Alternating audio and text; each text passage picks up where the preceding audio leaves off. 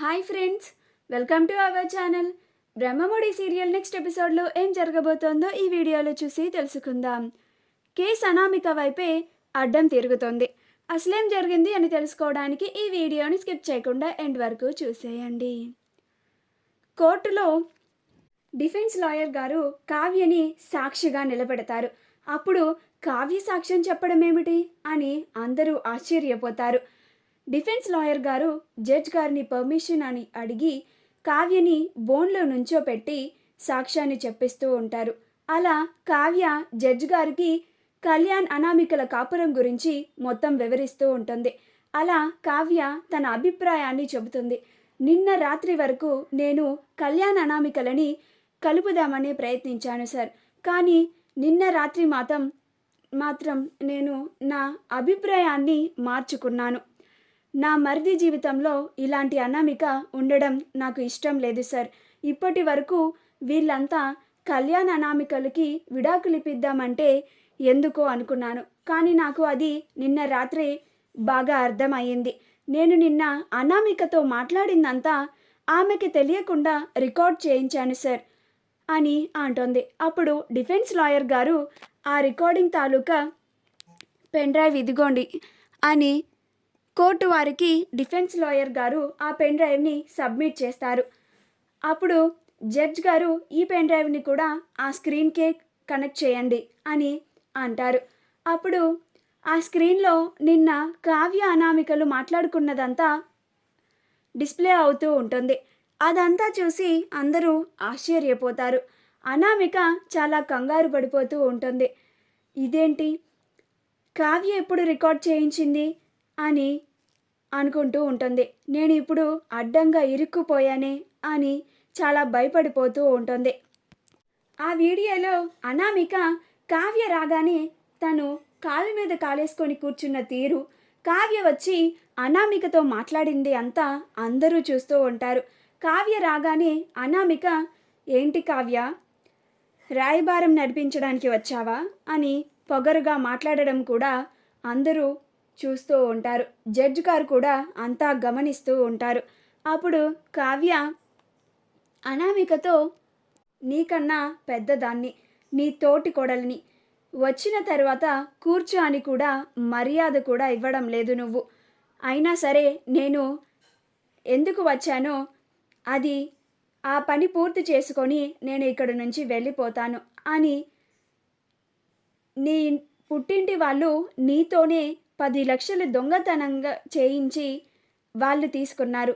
అంటే నీ పుట్టింటి వాళ్ళకి ఇంకెంత అప్పులు ఉన్నాయో అక్కడే అర్థమైపోతుంది అని అంటుంది.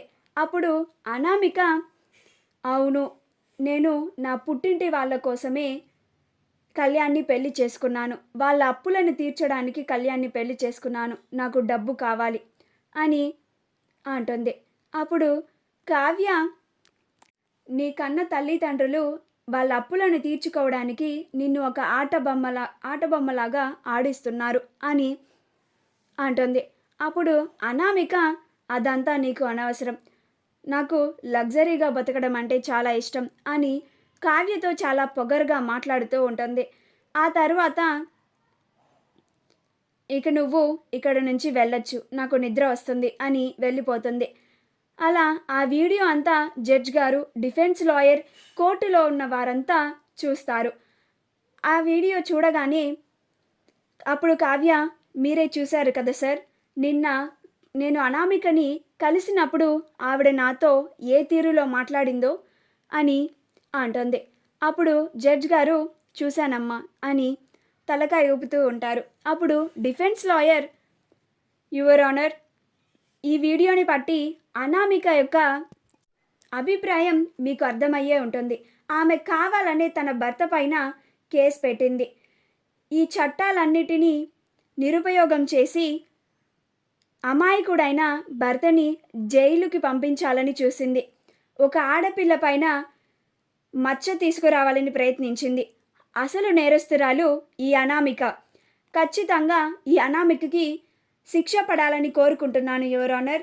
అలాగే నా క్లయింట్ కళ్యాణ్ని నిరపరాధిగా భావించాలని కోరుకుంటున్నాను యువర్ ఆనర్. నా క్లయింట్ని క్షేమంగా ఈ కేసు నుండి విడుదల చేయాలని కోరుకుంటున్నాను యువర్ ఆనర్ అని అంటారు. అప్పుడు అనామిక తరపున లాయర్ ఏం మాట్లాడాలో అర్థం కాక అక్కడే కూర్చొని చూస్తూ ఉంటుంది. అప్పుడు జడ్జ్ గారు, అమ్మా మీరేమన్నా అనామిక తరపు నుంచి ఏమైనా వాదించాలి అని అనుకుంటున్నారా అని అంటారు. అప్పుడు ఆ లాయర్, డిఫెన్స్ లాయర్ అన్ని సాక్ష్యాలతో నిరూపించారు కాబట్టి ఆమె మాట్లాడడానికి ఏమీ లేదు అని సైలెంట్గా ఉంటుంది. అప్పుడు అనామిక, సార్ ఈ కళ్యాణ్ నన్ను చిత్రహింసలు పెట్టాడు, ఖచ్చితంగా ఈ కళ్యాణ్కి శిక్ష పడాల్సిందే అని అందరి ముందు అరుస్తూ ఉంటుంది. అప్పుడు జడ్జ్ గారు ఆర్డర్ ఆర్డర్ అని, అమ్మ ఆ అనామికని అందరూ పట్టుకోండి అని అంటారు. అప్పుడు లేడీ పోలీసులు వచ్చి అనామికని పట్టుకుంటారు. అప్పుడు అనామిక, నన్ను వదిలేండి, నేను అసలు తప్పు చేయలేదు, ఆ కళ్యాణే చేశాడు ఇదంతా, నన్ను పట్టుకుంటారేంటి, నాకు చాలా అన్యాయం జరుగుతుంది అని అరుస్తూ ఉంటుంది. కళ్యాణ్ నీ అంతు చూస్తాను, నీ సంగతి తేలుస్తాను అని కళ్యాణ్ పైన అరుస్తూ ఉంటుంది.